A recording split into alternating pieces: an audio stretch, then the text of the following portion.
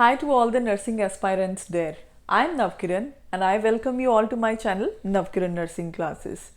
Friends, आज मैं आप सबके लिए एक बहुत ही अच्छा टॉपिक लेके आई हूँ। एक ऐसा टॉपिक जो कि आपके एंट्रेंस एग्ज़ाम्स में बहुत बारी पूछा जाता है, स्पेशली अगर आप बहुत बड़े बड़े इंस्टीट्यूट्स जो हैं जैसे कि एम्स, पीजीआई और दूसरे सेंट्रल गवर्नमेंट इंस्टीट्यूट्स, इनके एंट्रेंस एग्जाम्स के लिए जाते हो तो इस टॉपिक में से आपको कोई ना कोई क्वेश्चन ज़रूर दिख जाएगा। मैं बात कर रही हूँ आज लेवल्स ऑफ प्रिवेंशन की। तो ये वैसे एक कम्युनिटी नर्सिंग का पार्ट है, लेकिन बहुत सारे एंट्रेंस एग्जाम्स में ये चीज़ आपको मिल जाएगी क्योंकि इंडिया में जो प्रिवेंटिव केयर है उस पर बहुत ज़्यादा हमारी गवर्नमेंट का एम्फेसाइज रहता है। बहुत सारे हमारी गवर्नमेंट की तरफ से ऐसे प्रोग्राम्स चलते हैं जो कि प्राइमरी और सेकेंडरी लेवल पे जो प्रिवेंशन है डिसीजेस की उन पे काम करते हैं। तो आज इसी टॉपिक पे हम बात करेंगे, लेकिन इससे पहले कि हम ये टॉपिक स्टार्ट करें, मैं आप सबसे रिक्वेस्ट करना चाहूँगी कि आप मेरा चैनल जो है वो सब्सक्राइब कर लो, क्योंकि मैं इस चैनल के थ्रू बहुत सारी यूज़फुल और इन्फॉर्मेटिव वीडियोस जो हैं आपके एंट्रेंस एग्ज़ाम्स के लिए या आपने अपने नर्सिंग जो प्रोफेशन है उसमें अप टू डेट रहना है, इन सब की इंफॉर्मेशन मैं अपनी वीडियोस के थ्रू जो है वो आप सबके लिए लेके आती रहती हूँ। तो चलिए, ये जो आज का टॉपिक है ये हम स्टार्ट करते हैं।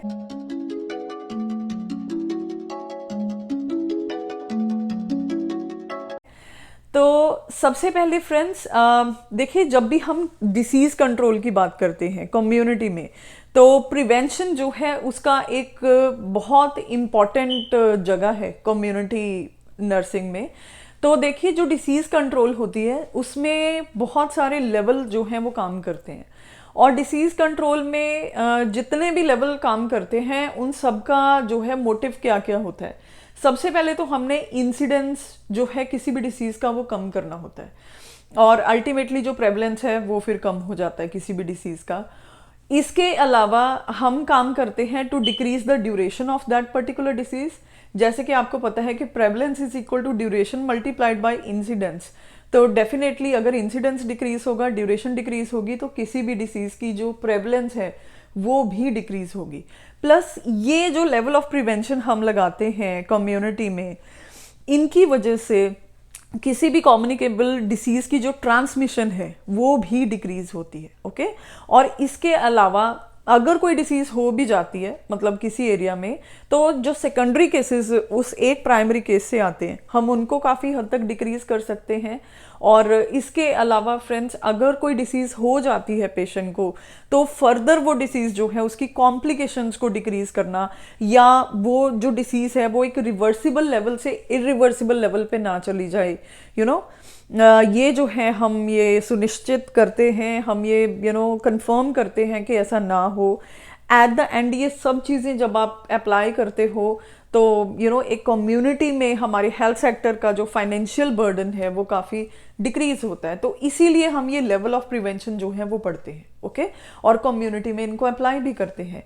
तो देखिए, जो लेवल्स ऑफ प्रिवेंशन होते हैं ना, levels of prevention of any disease in the community, they don't work only for communicable diseases, they work well as like further non-communicable diseases also, okay। तो बेसिकली नॉन कम्युनिकेबल डिसीजेस को भी हम इनसे prevent करेंगे और communicable diseases को भी prevent करेंगे, ओके। तो देखिए, हमारे पास 4 लेवल होते हैं। सबसे पहला लेवल जो है that is primordial prevention, second level है प्राइमरी प्रिवेंशन, थर्ड लेवल है सेकेंडरी प्रिवेंशन, और फोर्थ लेवल जो हमारे पास आता है that is known as tertiary prevention. आपने अपनी क्लासेस में ये लेवल जो है वो ज़रूर सुने होंगे, आपके टीचर ने आपको टीच किया होगा, लेकिन आज मैं एग्जाम्पल्स के साथ आपको कुछ बातें जो है इनके बारे में क्लियर करूंगी, क्योंकि मोस्ट ऑफ द टाइम जो स्टूडेंट्स होते हैं उनको प्राइमरी और प्राइमोडियल इन दोनों में डिफरेंस समझने में थोड़ी दिक्कत होती है, उनको समझ नहीं आता कि इन दोनों में क्या डिफरेंस है। तो let us discuss with the primordial prevention first.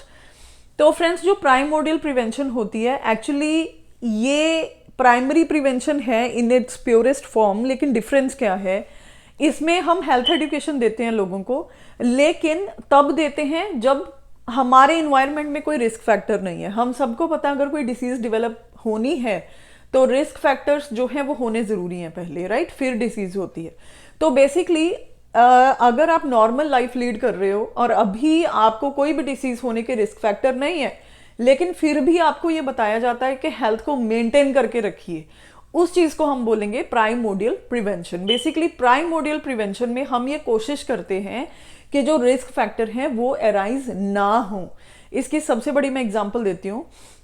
आपके पास आप कम्युनिटी में जाते हो, आपके पास कम्युनिटी में काफ़ी पॉपुलेशन होती है, तो आप किसी के घर में हेल्थ एजुकेशन दे रहे हो, उस घर में सभी लोग अभी नॉर्मल बॉडी बिल्ड के हैं, कोई भी ओबीज नहीं है, लेकिन फिर भी आप उनको हेल्थ एजुकेशन दे रहे हो कि हर रोज़ वॉक पे जाया करो, हर रोज़ एक्सरसाइज किया करो। आप ऐसा क्यों कर रहे हो?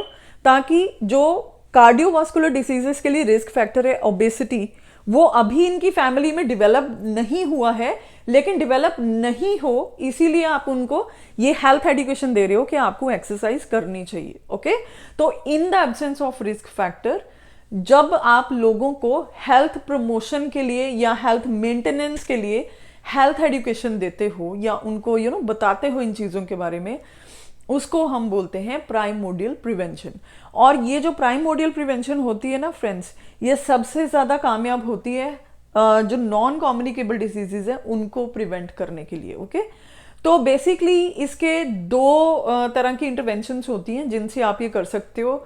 First is a individual education and second is a mass education. Okay, तो इंडिविजुअल एजुकेशन और मास एजुकेशन, दोनों तरह की एजुकेशन लोगों को प्रोवाइड करके you can prevent the emergence of risk factors. Okay, तो ये तो था हमारे पास प्राइमोडियल प्रिवेंशन। अब हमारे पास आता है प्राइमरी प्रिवेंशन। ओके, तो प्राइमरी प्रिवेंशन का मतलब क्या होता है?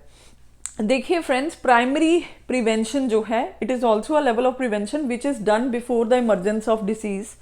लेकिन प्राइमोडियल और प्राइमरी में जो सबसे बड़ा फर्क होता है, that is presence and absence of risk factors. Primordial में मैं अभी आपको बता के हटी हूं कि there are no risk factor. Risk factor के डेवलपमेंट से पहले हम लोगों को जो है वो एडुकेट कर रहे हैं। यहां पे क्या होता है, प्राइमरी में रिस्क फैक्टर जो है वो ऑलरेडी प्रेजेंट होते हैं। जैसे हमने एग्जांपल ली थी अभी अभी, तो उसी एग्जांपल में कुछ ऐड करते हैं। लेट अस सपोज आप एक घर में जा रहे हो कम्युनिटी में, जहां पे सभी घर के जो मेंबर हैं वो ओबीज हैं, यानी कि वहां पे जो रिस्क फैक्टर है वो आ चुका है, ओबेसिटी इज देयर। अब यहाँ पे आप एडुकेट करोगे कि भाई आप अपना लाइफस्टाइल जो है वो चेंज कर लीजिए, नहीं तो आपको कार्डियोवास्कुलर डिसीजेस जो है इन फ्यूचर हो जाएंगी। अब यहाँ पे भी आप एडुकेट कर रहे हो, लेकिन यहाँ पे रिस्क फैक्टर ऑलरेडी प्रेजेंट है। तो बेसिकली ये जो प्राइमरी प्रिवेंशन होती है, इसकी जो मोड ऑफ इंटरवेंशन है ना, उसके दो मेथड्स होते हैं हमारे पास। One is health promotion and second is specific protection. तो बेसिकली हेल्थ प्रमोशन क्या होता है? हेल्थ प्रमोशन में हम थोड़ी जनरलाइज बातें करते हैं।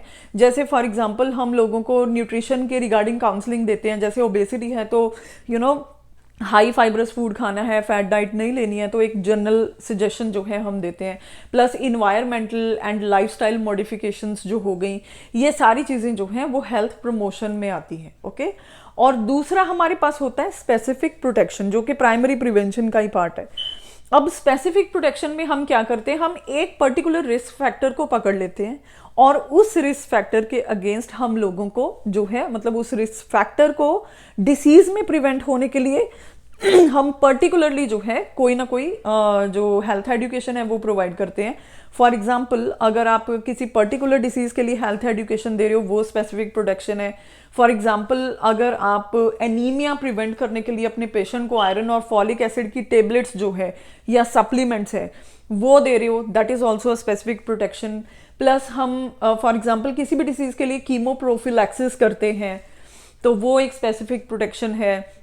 Even the use of contraceptives, क्योंकि हमें पता है कि अनप्रोटेक्टेड इंटरकोर्स से प्रेगनेंसी के बहुत चांसेस हैं, तो आप अपने पेशेंट को क्या सजेस्ट करते हो?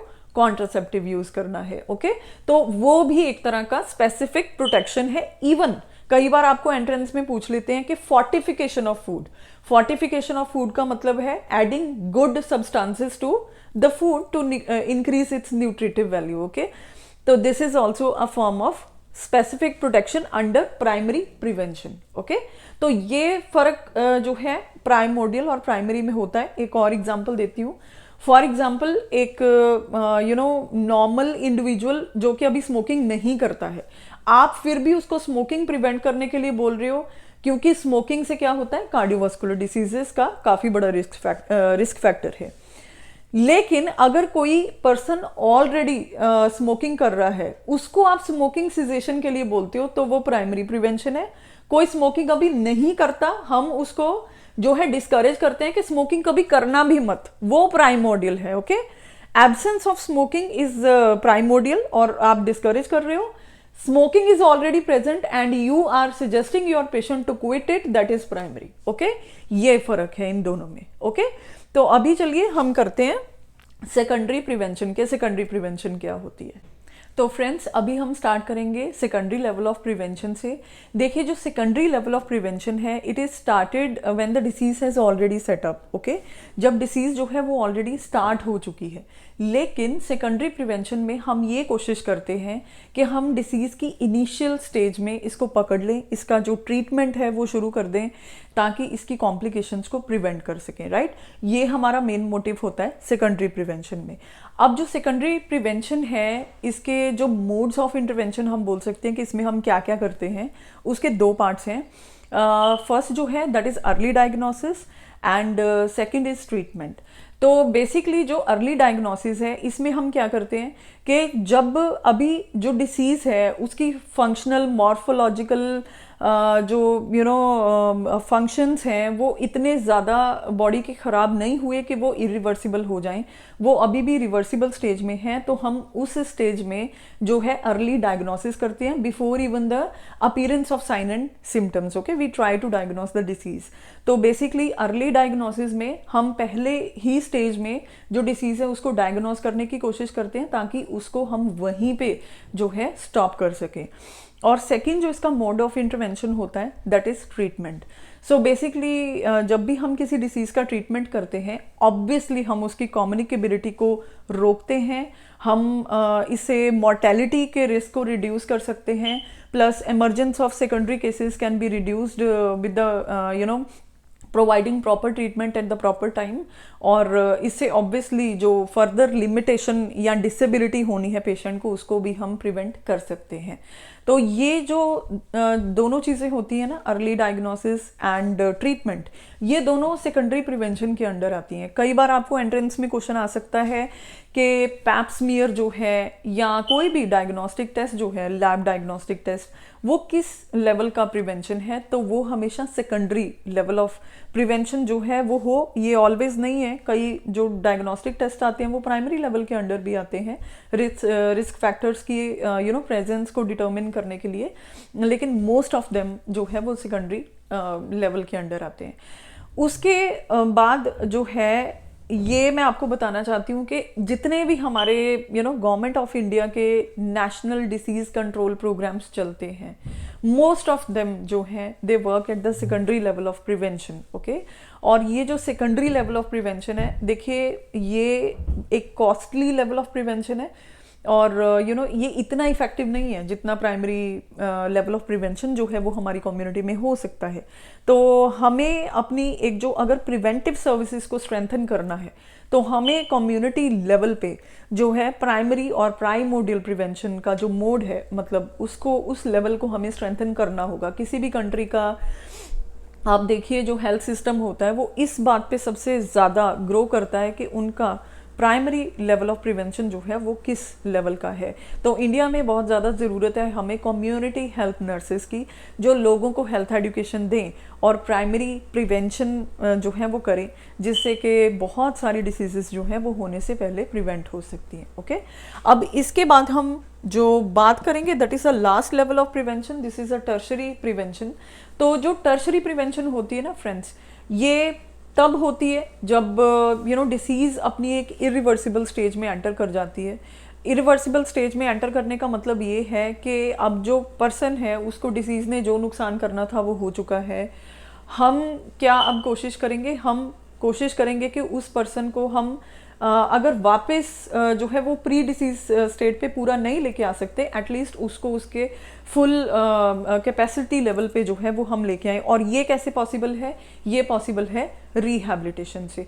तो बेसिकली इसमें हम जो मोड ऑफ इंटरवेंशन करते हैं that is disability limitation and rehabilitation. तो डिसेबिलिटी लिमिटेशन में क्या होता है कि एक जो एडवांस स्टेज होती है डिसीज में, उसमें भी हम ये कोशिश करते हैं थ्रू ट्रीटमेंट कि जो पर्सन है उसकी जो डिसीज है वो इम्पेयरमेंट से हैंडीकैप में ना जाए। एक्चुअली डिसीज के कुछ लेवल्स होते हैं।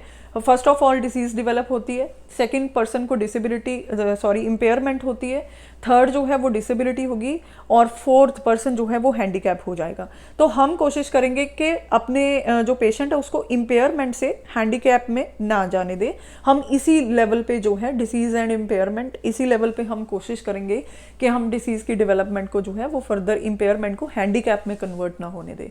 तो इस चीज़ के लिए हम पेशेंट की रिहैबिलिटेशन करते हैं। ओके, जो रिहैबिलिटेशन होती है उसमें हम रिहर्सल करवाते हैं पेशेंट को, बार बार जो है प्रैक्टिस करवाते हैं कई चीज़ों की, सो दैट उसको हम मैक्सिमम हाईएस्ट कैपेसिटी ऑफ उसकी जो लाइफस्टाइल है उसमें हम वापस लेके आ सकें, और फर्दर जो डिसेबिलिटी है उसको हम प्रिवेंट कर सकें। ये जो रिहैबिलिटेशन है ये बहुत लेवल पे हो सकती है, ये हमारे हॉस्पिटल लेवल पे भी हो सकती है, ये सोशल लेवल पे भी हो सकती है, ये साइकोलॉजिकल रिहैबिलिटेशन भी इसी के अंडर आती है। तो बेसिकली टर्शरी लेवल में हम ये कोशिश करते हैं कि वापस उस आदमी, जो भी आपका पेशेंट है, उसको वापस उसके नॉर्मल जो लाइफस्टाइल है उसमें हम मैक्सिमम जो है वो वापस लेके आने की कोशिश करते हैं। तो ये तो थे लेवल्स ऑफ प्रिवेंशन, लेकिन अभी भी हो सकता है आपको इनको समझने में थोड़ा सा डाउट हो, तो इसलिए अभी एक एग्जाम्पल है, बहुत सिंपल एग्जाम्पल है। उस एग्जाम्पल में हम ये सारे लेवल्स जो हैं वो अप्लाई करके देखेंगे, और ये एप्लीकेशन के बाद आपको और भी अच्छे से समझ आ जाएगा कि एग्जाम में आपने इन लेवल्स ऑफ प्रिवेंशन के अकॉर्डिंगली कैसे आंसर देना है। Okay, so have a look at this example. तो यहाँ पे देखिए नॉर्मल लाइफ है किसी पर्सन की, लेट अस सपोज कोई पर्सन है उसकी अभी नॉर्मल लाइफ चल रही है। अभी नॉर्मल लाइफ में अगर कोई रिस्क फैक्टर नहीं है, कोई डिसीज भी नहीं है और रिस्क फैक्टर भी नहीं है, इन दैट केस आप उसको हेल्थ एजुकेशन दे रहे हो to maintain this healthy lifestyle, उसको आप बोलेंगे प्राइमोर्डियल प्रिवेंशन। ओके, उसके बाद अगर उसकी लाइफ में कोई रिस्क फैक्टर डिवेलप हो जाते हैं, फॉर एग्जांपल कोई वही सेम पर्सन जो है वो स्मोकिंग करना स्टार्ट कर देता है, और हम सबको पता है कि स्मोकिंग कार्डियोवास्कुलर डिसीजेस के लिए रिस्क फैक्टर है, so there is a risk factor. अब इस केस में अगर आप उसको हेल्थ एजुकेशन देते हो कि भाई स्मोकिंग छोड़ दो, that is primary prevention because there is a risk factor now. Okay, उसके बाद हमारे पास आती है कि उसने स्मोकिंग नहीं छोड़ी, उसको जो है साइन एंड सिम्टम्स थोड़े थोड़े जो हैं वो कार्डियोवास्कुलर डिसीजेस के आने शुरू हो गए, शॉर्टनेस ऑफ ब्रेथ जो है वो होनी शुरू हो गई, उसको स्वेटिंग वगैरह होती है, थोड़ी सी एक्टिविटी से फिटिंग हो जाती है, तो अर्ली स्टेज है कार्डियोवास्कुलर डिसीजेस की, राइट। तो उसमें अगर आप अर्ली डायग्नोसिस करते हो और टाइम पे ट्रीटमेंट स्टार्ट कर देते हो, तो उस प्रिवेंशन को हम बोलेंगे secondary prevention. Now we are applying this level of prevention, right. अब सेकेंडरी प्रिवेंशन जो है उसका उस पर कोई फर्क नहीं पड़ा, क्योंकि उसने फिर भी स्मोकिंग जो है वो क्विट नहीं करा, तो धीरे धीरे उसको और भी ज़्यादा इम्पेयरमेंट और डिसेबिलिटी हो जाती है। अब इस लेवल पे हम लगाएंगे टर्शरी प्रिवेंशन। ओके, ताकि इस लेवल पे जो भी उसकी बॉडी में इम्पेयरमेंट हो चुकी है ये वहीं पे रुक जाए, या वापस हम उसको थोड़ा सा उसकी फंक्शनलिटी जो है वो जितने मैक्सिमम लेवल तक हम अच्छी कर सकें कर दें, उसको हम बोलते हैं टर्शरी इंटरवेंशन। और इसमें जो है हम पेशेंट को रिकवर करने की कोशिश करते हैं। आई होप ये चार्ट देख के अब आपको लेवल्स ऑफ प्रिवेंशन जो है वो डिफिकल्ट नहीं लगेंगे, आपको और भी आसान लगेंगे। तो ये है हमारे पास कुछ लेवल्स ऑफ प्रिवेंशन जो कि आपके एग्जाम में बहुत ही इंपॉर्टेंटली पूछे जाते हैं, स्पेशली प्राइमोर्डियल एंड प्राइमरी तो मैंने बहुत बारी एंट्रेंस एग्जाम्स में देखा है। तो मुझे लगता है कि आज ये लेवल जो है मैं आपको समझाने में कामयाब रही होंगी, आपको ये लेवल्स ऑफ प्रिवेंशन जो हैं वो अच्छे से क्लियर हो गए होंगे। फिर भी अगर आपके कुछ क्वेश्चंस हैं तो आप मुझे कमेंट बॉक्स में पूछ सकते हो, और आप ना मेरा चैनल जो है उसको सब्सक्राइब ज़रूर कर लेना, क्योंकि मैं बहुत सारी इंफॉर्मेटिव और नर्सिंग रिलेटेड जो अप टू डेट वीडियोस हैं, चाहे वो फॉरेन कंट्रीज में कैसे रजिस्टर्ड नर्स बने इसके रिलेटेड हैं, या इंडिया में आप कैसे एंट्रेंस क्रैक कर सकते हैं। I am dealing with both of the things, and even if you want to join my classes, my number is given in the description, you can contact me on that number. और अगर मेरी video पसंद आए तो like कर देना और इसको शेयर करना मत भूलना, so that other people can also gather knowledge about it. Till then, bye bye, take care, I will see you again in the next video, bye.